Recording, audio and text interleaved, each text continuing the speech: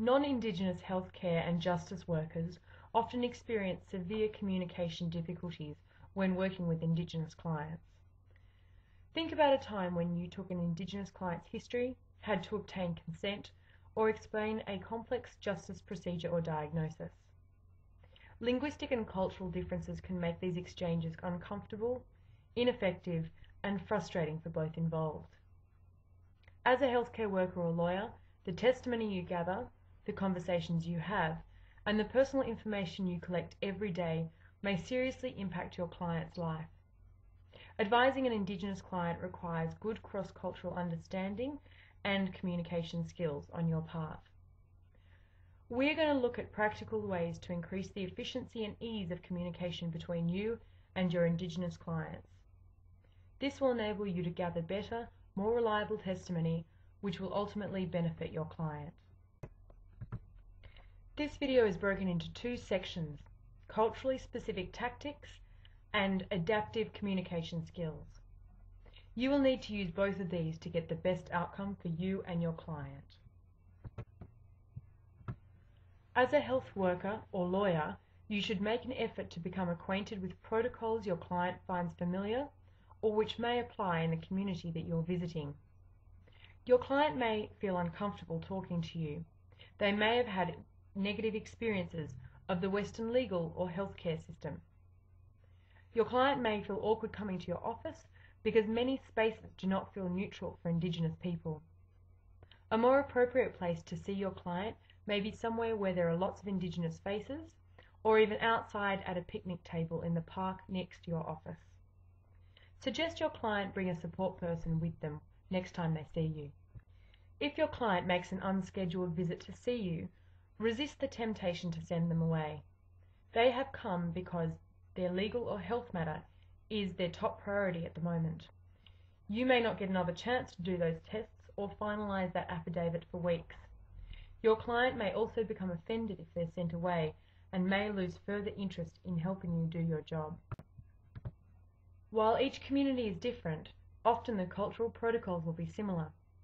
You should gather as much information as you can about the community before you go there. Find out how many people live in the community, how it is governed, where the nearest town is, and what languages are spoken. Obtain your permit well in advance and check to see if it is a dry community.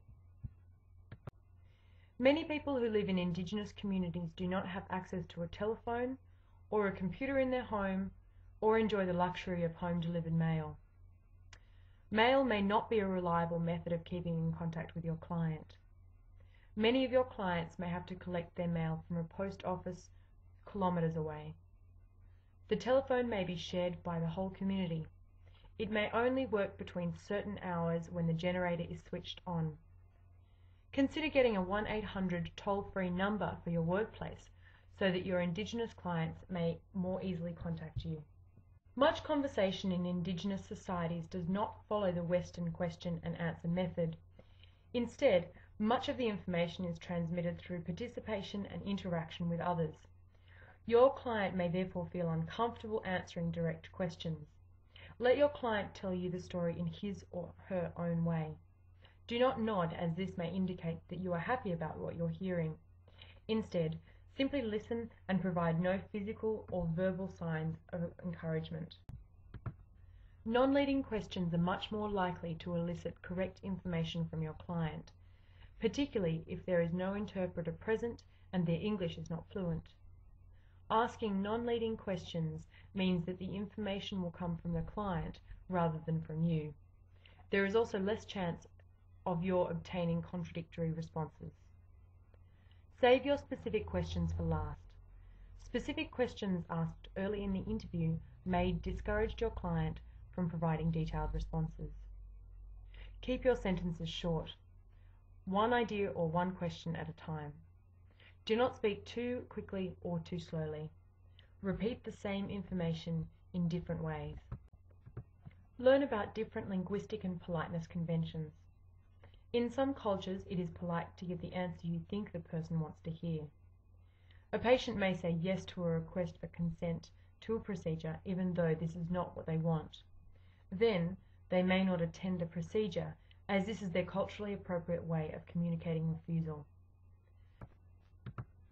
Silence is an important and positively valued aspect in some Indigenous cultures. Your client may therefore take longer to answer your questions. Be conscious of not interrupting your client's response.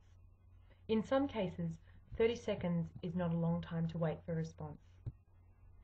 Practice culturally specific tactics and adaptive communication skills, and you will be able to communicate more effectively with your client and, in the end, obtain a better result for them.